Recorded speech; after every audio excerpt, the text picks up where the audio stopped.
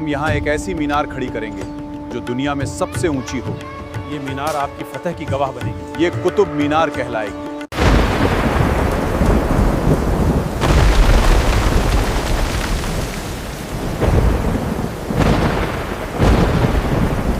दिल्ली के दिल में खड़ी एक ऐसी मीनार जो 800 साल से भी अधिक समय से इतिहास की गवाह बनी हुई है।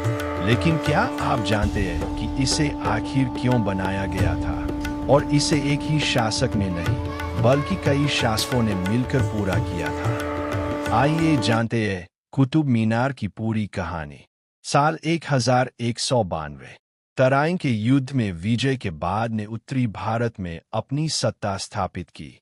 सत्ता मजबूत होने के बाद उन्होंने दिल्ली में एक ऐसी ऊंची मीनार बनाने का निर्णय लिया जो उनकी सल्तनत की शक्ति और नई शुरुआत का प्रतीक बने। साल 1199 में कुतुब मीनार का निर्माण शुरू हुआ, लेकिन ऐबक अपने जीवन काल में केवल इसकी पहली मंजिल ही बनवा सके। उनकी मृत्यु के बाद उनके उत्तराधिकारी ने निर्माण कार्य आगे बढ़ाया। उन्होंने 3 और मंजिलें बनवाईं और मीनार को पहले से कहीं अधिक भव्य रूप दिया। कुछ वर्षों बाद बिजली गिरने और भूकंप के कारण मीनार का ऊपरी हिस्सा क्षतिग्रस्त हो गया। तब ने इसकी मरम्मत करवाई और 5वीं मंजिल का निर्माण कराया।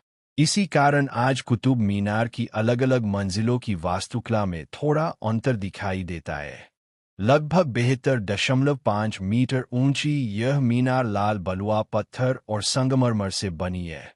इसके अंदर ऊपर तक जाने के लिए 379 घुमावदार सीढ़ियां बनाई गई थीं।